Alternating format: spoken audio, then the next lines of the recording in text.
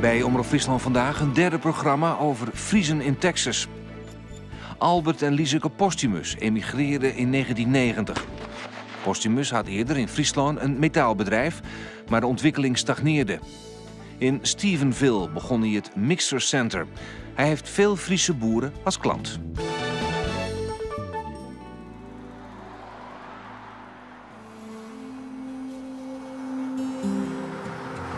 De familie Postumus die wennet met haar fjouwerbeen in de omkrieten van Stephenville. Het huis is door haar zelfs ontworpen en ik voor een groot pad bouwd. Ben is op junior high en dat is de zevende klasse. En hij zit bij basketbal. En Linda is op college, tweede klasse van college. En haar mooiste vak is computer webdesign. En Rick zit op high school, de tweede klasse van high school. En zijn mooiste klasse is Autotech. Ja, mijn auto's aan doen. Ja, automotors houden ze uit elkaar. En Ryan is nog aan het werk, denk ik. Ja, ik heb hier nog aan werk. Ja. Maar die zit ik op college dus. Ja, dit is het laatste jaar van college. Het mixercenter van Postumus docht de verkeer en service van landbouwwerktuigen. Dit zijn de types die je mooie verkeer hebt, wat je in de handel hebt? Ja, deze strandwijn die worden hier helemaal gebouwd. Van Die bouwen je begin hem al. zelf? Die bouwen wij zelf, ja. En wat had je verder al staan? Verder staat er inruilwijn en worden die naar repareerd worden moeten. En een huurwijn. Oh, door verhierstek materiaal Nou, die van steken gaat midden in de nacht brengen we een huurwijn heen. En dan hoeven we er net aan te sleutelen. Hè. We bouwen zelf kilderbakken en wat is dat? kilderbakken. Dat is dan een groenvlakte. En we bouwen zo nou en dan een giertank. Ik doe mijn eerste verkoop en ik regel de naaimachine, de prototype en de algehele leiding een beetje.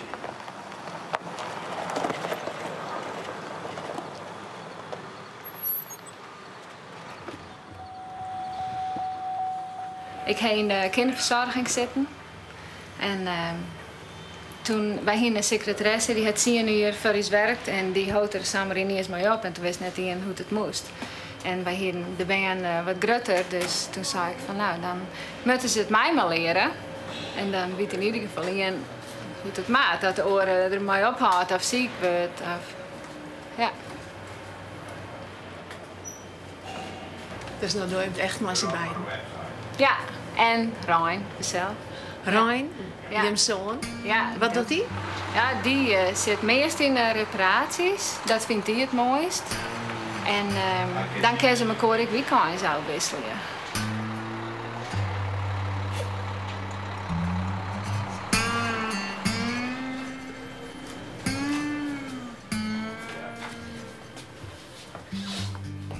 Dit is onze website. En er zijn mensen die kopen een laaien. En dan ruilen ze hun wijn in. En dan zetten wij hem op onze website voor oren te zien dat we hem te koop hebben. En soms zijn er mensen die houden hun bedrijf op. En dan vragen ze of wij hun mixer verkopen willen. Zo dit wat hierop staat, ben eigenlijk gebruikten.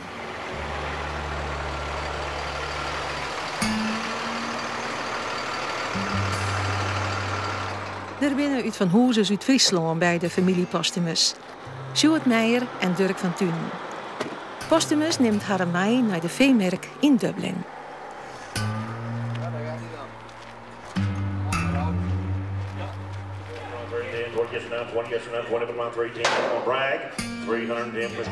Mr. Bragg. Either one. Kind of help us out there, Billy. You went up on 400 by the head, went up on 410, and you went on 10, up on 400, you went on 410. You went on 410, you went on 410, money went out 10, outside money's in, you went on 410, you went on 10, out 410, you went on 30, you went on 440, you went on 440, you went on 430, 440, you went on 430,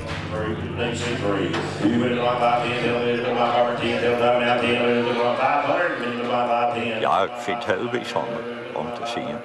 Kon je het volgen, voor hoeveel ze verkocht waren? Nee, niet voor een beter. Nee, het beginbedrag misschien, maar dan was het ook gebeurd hoor.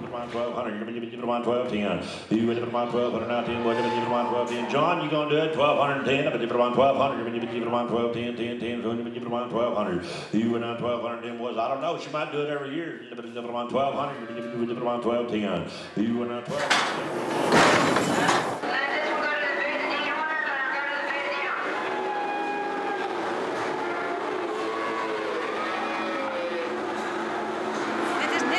Catwalk, hier? Dit is de catwalk, ja. Je kunt zien wat skate was. En dit is elke weekend deze merk? Elke weekend. Dit is de biefmerken, hè, de slagkei. En in Stephenville heeft de maalkei.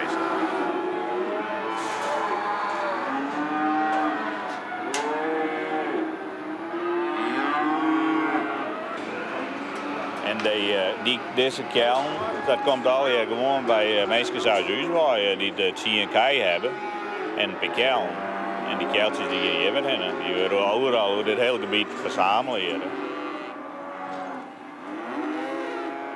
Ja, maar dit is mijn hobby een beetje, dit vind ik mooi. Ja? Ja. Wat biefkei. Hoe snel de melk.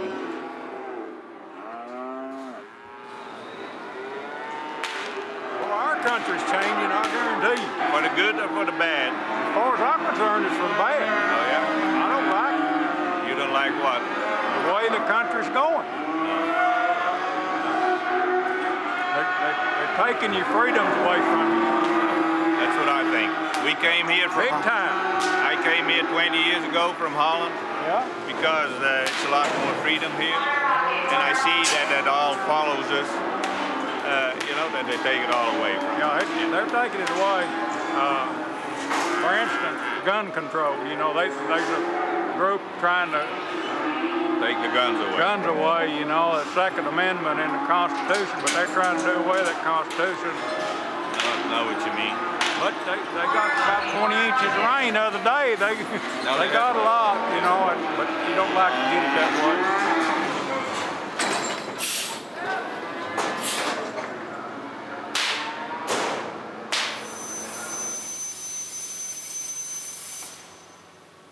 Hoe bist je op het idee kwam om hiermee te beginnen? Nou, ik hier in Nederland een AP machinefabriek in Lemmer en Emmeloord. En dus ik zie het al sinds 1979 zie ik al in de machinebouw. Ik ben eigenlijk wat ziek van alle regels in Nederland. En het is hier het weer hier makkelijker om iets te beginnen en om de voeten onder de kant te krijgen, laat ik het zo zeggen. En je mocht naar alles deel zetten, houden geen vergunningen. Dus ja, je kon echt in de kans om van liets iets te beginnen. Het wordt je nou ook al een stuk moeilijker. Ze beginnen hier ook al die regeltjes te stellen. Bijvoorbeeld, wij willen nou een eilootje bijbouwen, maar dan maken we eerst een asfaltdiek door die spaat en lees, dat het net bestoot. Dus het begint hier ook al te komen. We hebben een 300 klanten, denk ik. En het komt altijd in spurts, wist wel. Een heleboel steken er maar in en dan weer een week niks. En daarom doen we er ook wat productie bij, dat we wat eigen machine bouwen. Om die man daar weer werk te gaan. Hè? Albert en Lieseke Postumus emigreerden in 1990. Postumus liet het eerste huisje dat ze wennen had. Toen stond de bruine bien nog op stijl van een jel hier uit. Van een Mexicaan die eruit gaat. Mexicaan die eruit gaat. Nooit mogelijk, ja. En we gingen hier aan de zijde stonden alle jaren, dat we op een winterdag, stonden hier alle jaren afvalbakken. Ja. En op de morgen waren we weg en het werd koud worden en wien al die meidsen, die wien bij die mur opkroept. En die wien daarin, die kroepen oer de vlier. En Linda die wie toen een maand of 3, denk die 4, die kroepte krijgt een beetje. Die ziet in die meidsen om te spelen. Het is eigenlijk het is minder natuurlijk dan wat het weer, maar het weer toen ook al net vol. De plankjes werden krijgt goed genoeg om die te houden, zeg maar. we werken wat bij de boeren als lasser. En als er een keel wie, die verlutsen wie, hè, die lutsen wie maar de geboorte, dan slachten we die. En die eten we op, die dienen we in de vriezer. En ik ga een keer in een Brutse poort, die lag in dat hakje daar. Toen ben ik geloof wel 5, 6 keer erin geweest, want ik moest me de hamer deerslaan voordat ik hem slaagde. En dan zie je ermee weer aan en dan moest ik eerst weer om. En dan op de laatste keer erin ingrijpen en direct slaan. Wist je. Maar zo ben je weer begonnen. Ja. Wij aanlopen kwamen van. Er is hier volgens mij nog niet zo veel veranderd. Nee, ik geloof dat het is nou hetzelfde wat we toen weer uitgangen. Ja, dat is denk ik 18 hier alleen of zo. Ja. Ja, je bent van 0 aan begonnen. Hij heeft niet één nog mooi. Nee. Ja, het was helemaal erg armoedig. Ja, het was, ik weet nou dat we een keer maar de pick-up net meer hoeven. Toen lutsen we de pick-up, die luts ik midden in de winter. En dan liet ik in de baan in de auto zitten en ik sleepte de auto naar de winkel om eten. Ja. Wat had ze voor? Had ze een trekker of zo? Een trekker voor de pick-up. Ja. Ik zie de boeten op betrekken en zij zien in een pick-up die niet meer in hoeven. Ja, krijg ik de brieven. Hoe is het mogelijk? En we hebben een keer gewoon, toen gingen we Rijn, die rekken in een bumblebee nest, die dikke bijen. Ja. En die hebben toen al naar de emergency gebracht. We hadden geen goede verzekering, maar we hebben er al heen gebracht. We dachten, Oostenrijk nog kwijt ik, die waren er allergisch voor. Ja. En dat, ik weet dat kostte toen $1.500, daar hebben we 3 jaar op uitbetalen toen. Ja, dat is goed. Ja. So say from the ground up, we beginnen van onder nou en dat koe toen nog. Ja. Ik vind een prestatie. Ja, het verschil is groot.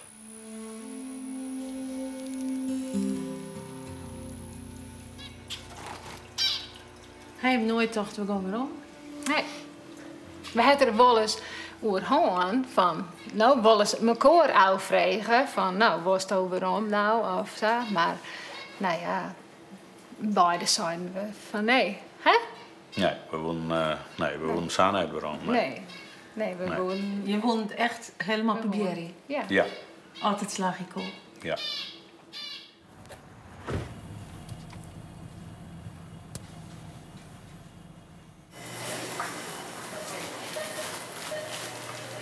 Het verschil is hier veel groter dan in Nederland. Ik tussen mensen die het wat beter hebben en mensen die het wat minder hebben. In Nederland is juist eigenlijk net veel verschil. Maar hier wel. Hier hebben mensen gelijk kleermuis geworden in de broeken of tosken die er net zo mooi meer in zitten. En kan je eigenlijk gelijk zien van, nou... Ja, de jarmoed is meer zichtbaar hier. Ja, zeker weten. Ja. En een auto die wat uit elkaar valt. Ja. Ja, er ben je grotere verschillen dan in Nederland. En dat maakt het wel interessant. Ja. Als je hier heel hard werken was en heel goed in best doen was, dan liet ze die, tenminste op dat nauta, liet ze die wat meer horen dan in socialistisch Nederland. Want daar moest alles delen. En dan kist, vind ik, ik kist nog zo hard werken, maar dan moest wel heel erg delen. En ik geloof dat ik nou al een beetje beginnen te zien dat de Amerikaan dat net neemt. En hoe denk je erover, Lieseke? Ja, dat denk ik zo.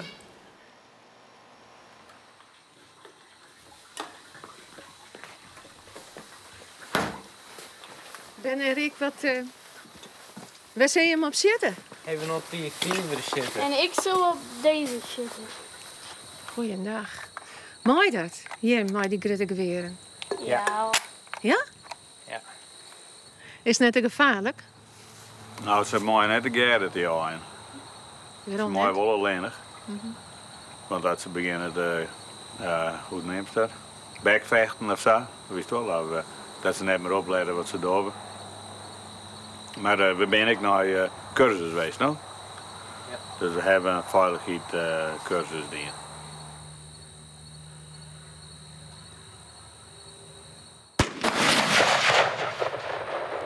Ze willen eerst de wapens eruit halen in Amerika, in Texas.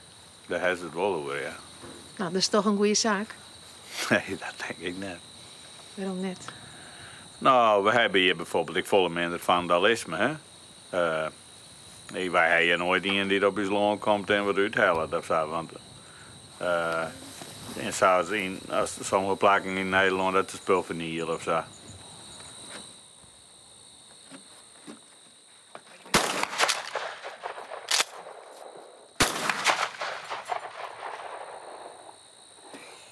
Oudere mensen gaan jongens net aan het door met je hier. Nou, dat doe je net, dat is gevaarlijk. In boeten uit, hè? Maar je maait ziet toch zelfs gevaarlijk als je een geweer hebt? Ja, maar het is een soort bescherming voor die oudere mensen vooral, hè? Hier is hij. Maar strak maait dat dan niet meer, al die wapens? Nou, ik denk dat Obama dat nooit redt, maar dat staat in de Constitution en dat mooi. Dus dan moet dat ik al verhoren. Ik weet niet dat er wel levend uitbrengt. Nee.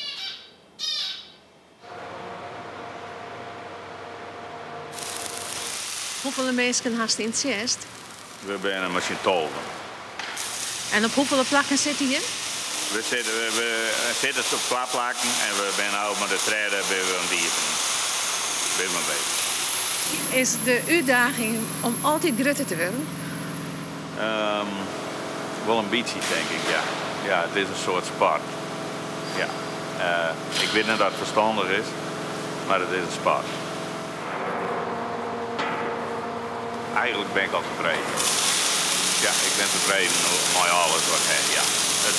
Er is weer vragen en dan ga je er weer heen. Als er weer vragen is naar een machine en dan zit het erin om dan toch maar weer te verkeeren. Het gaat goed met het Mixer Center. Postumus had al een vestiging in Friona, West-Texas. Maar er is nog meer mogelijk. Texas is 22 keer zo groot als Nederland. En het heeft hetzelfde aantal inwoners als Nederland ongeveer. Ja. Dus het is een groot afstand. Ja, van hier naar daar is heel, wel naast 20 uur wezen, denk ik. Ja, 15, 20 uur. En wij gaan van de weekend keer met die naar Westa, hè? Ja, ja, ja. In West ben de hele grote dairies. Ja, dat is wel, en de grote feedlots, dat is wel belangrijk dat is, denk ik.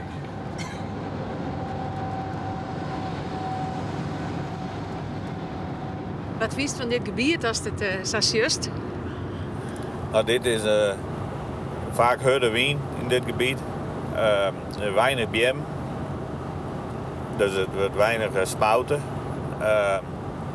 Het is volle droger dan in het gebied waar wij komen. In de winter wordt het kan best koud worden en ik bulten sneeuwen. Maar toch, er gaan een soort boeren van Californië komen hierheen en ik van uit Centraal Texas gaan hier naar Noordwest-Texas. Ik kom dat de milieudingen makkelijker binnen. Er is een heleboel loon. Er is nog een boel water. Daarom gaan ze hier soort heen. Van oorsprong is dit een loonbouwgebied, zeg maar. Maar het liet je wel ook rieselijk eenzaam, wel alleen nog maar wiemel. Ja, het is hier heel eenzaam, ja. Is dit in leven? Ja, dat vind ik wel mooi, ja. Ja. En het is echt heel ontspannen, dat ritje. Dan kun je mooi wat nadenken. Je kan mooi ontspannen een machine uitdenken of die een of problemen oplossen. Denk je nog wel eens waarom wel een tijd als het werkelijk eer weest en dat het meegaat? Jawel, jawel. En ik ben me daar goed van bewust dat je daar zou wezen kunnen in dit land. Het gaat soms heel goed, maar het kan hier heel hard bij men. Het is een wreed land.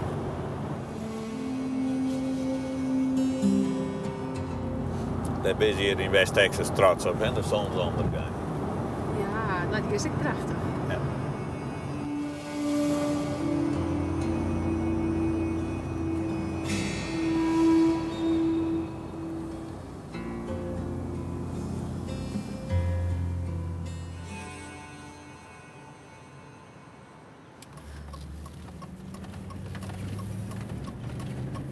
De bijen moeten elke dag naar squallen brocht worden en ik weer hellen.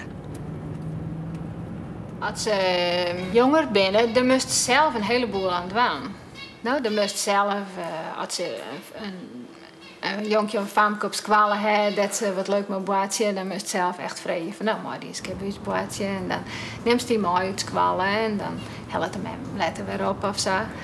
Maar als ze dan groter worden, dan moesten ze nog steeds overal brengen, want ze gingen net op een fiets of ergens heen rennen. Dus als ze 16 binnen, maar ze hier het rijbewijs hebben, en dan wordt het echt tijd dat ze zichzelf redden kennen. Dan ben ze er echt aan taal.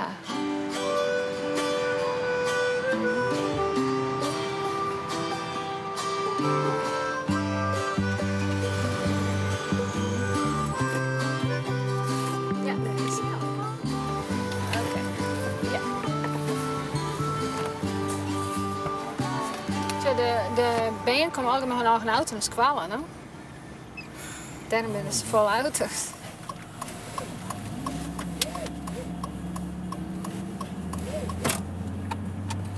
Mag Rick al rijden? Ja, hij had zijn... maar net boven de 20 hier, hè? Dus de politie staat hier op de loer. Hij had zijn theorie halen. En dan kreeg hij een permit. Dat is toch neerst in je rijden meest, die het rijbewijs heeft en die ouder dan 21 is. Hoe oud is Rick? 15. Rijdt hij goed? Ja, hij rijdt goed, ja. En als Rick 16 is, dan krijgt hij een auto? Hij keert zijn eigen auto. Hij keert zijn eigen auto? Ja. Daar had hij genoeg geld voor? Ja, daar is hij al van nou liet zo aan voor aan het sparen.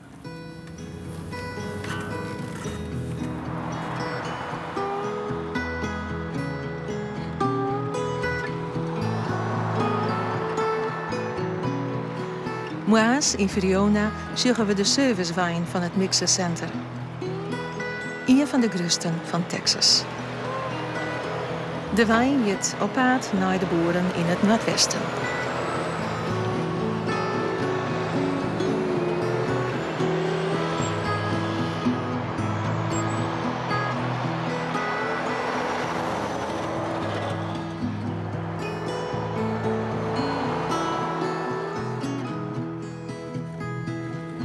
Wij gaan naar het plak dat Postumus uitbreidt wil. Het is de bedoeling dat we hier deze loods wat langer maken en dat we hier ook nog wat uiteindelijk lasten van strandwijn doen. Omdat de jongens zijn nou beide voort en als nou hier vlakbij iets steken hebt, dan moet er wachten totdat ze weer thuis zijn, jongens. En dus als we hier wat laswerk doen, dan kun je hier een man altijd in een werkplaats blijven of 12. Dat is de bedoeling dat dat gebeurt. Hè.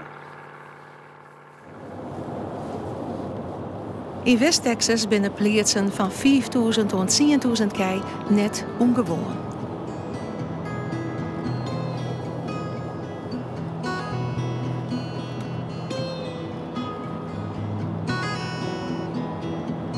En van waar is deze plaats? Deze plaats is van Harry de Wit. Ja, je hebt hier daar de bulten met de banden erop.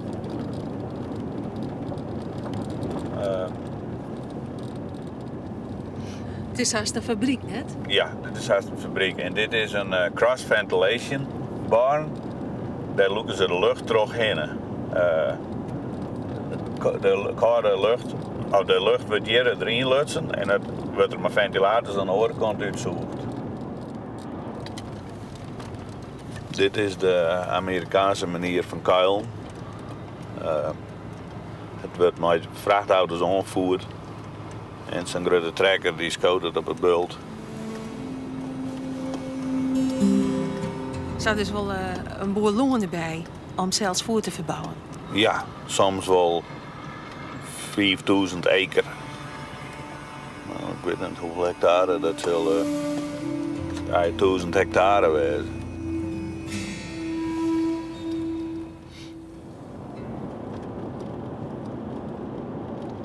En in deze huisjes zijn de voorman.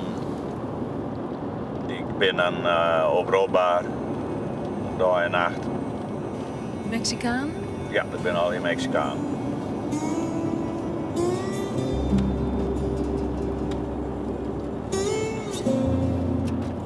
Meer naar het noorden toe komen we langs de Kettltowns. Steden van kei voor de vleesproductie. De kei die stenen op haar eigen strandbulten.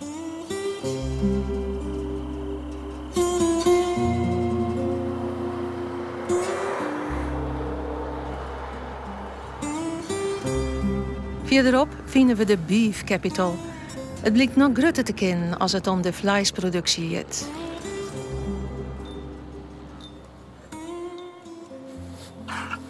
Hierachter is 60.000. En hier direct achter zit nog 60.000. Ongelooflijk. Hoe ouder dat ze worden, hoe kwarter ze het voer proberen te maken. En dan smaakt het vlees lekkerder, zeggen ze. Wat wist je van zo'n situatie? Nou, ja, ik vind het wel goed eigenlijk. We verkennen een soort mengwijn als zulke soort mensen. Iedereen constant wil zien 12 mengwijnen doen. Die het al eerder aanleveren naar de kei. Je kan van een lege kastprijs hier nog goed beef maken. Dat is een lege kast. En mooi het wat het milieu omgeeft? Ja, hier wel, ja. Hier, dit is altijd al zo west. En de beef-industrie heeft een hele sterke lobby in Washington. Die houdt het nog goed, zout het wie. Ja. Want waar rent de jaren de strand waar je rent in? Dat komt al hier in grote putten. Nee, ja, hier, je ziet wel, de jaren rent daarin en de strand wordt er al hier uitrijden, uit loon. En wordt het dan leegzoogd ze nou en dan dat? Nee, die jarenputten wordt weinig meer dien. Dat zinkt gewoon in de groen? Ja. Hoe lang ben je hier ongeveer? Ze ben hier ongeveer 10 maanden, denk ik. Ja, 10 maanden zit ze hier en dan ben ze 1250 pond als ze voortgaan. Dan ben ze klaar? Ja, dan ben ze klaar.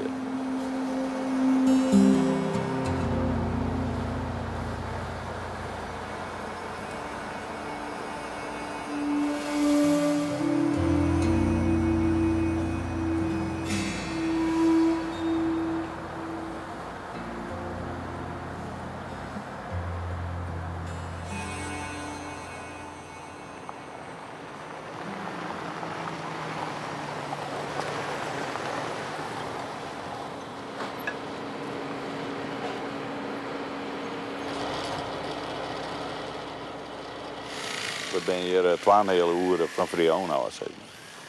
En je komt hier, maar je service zijn? Ja, we servicen hier een heleboel derries. En ze kennen maar de dingen onderwijs bloeien.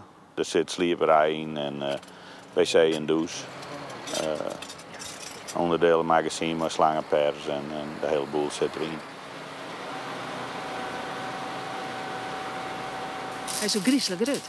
Ja. Hoe groot is hij? Ik loop 22 meter of zo.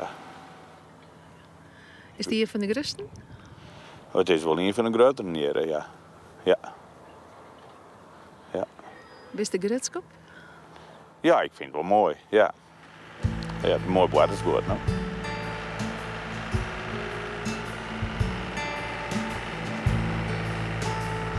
De opname voor dit programma maken we in september vorig jaar. Texas had bot te lijden van de economische crisis. Nou, nog meer als doe. Het mixencenter merkt het ook. Want de boeren betinken haar wel 2 keer voordat ze investeren.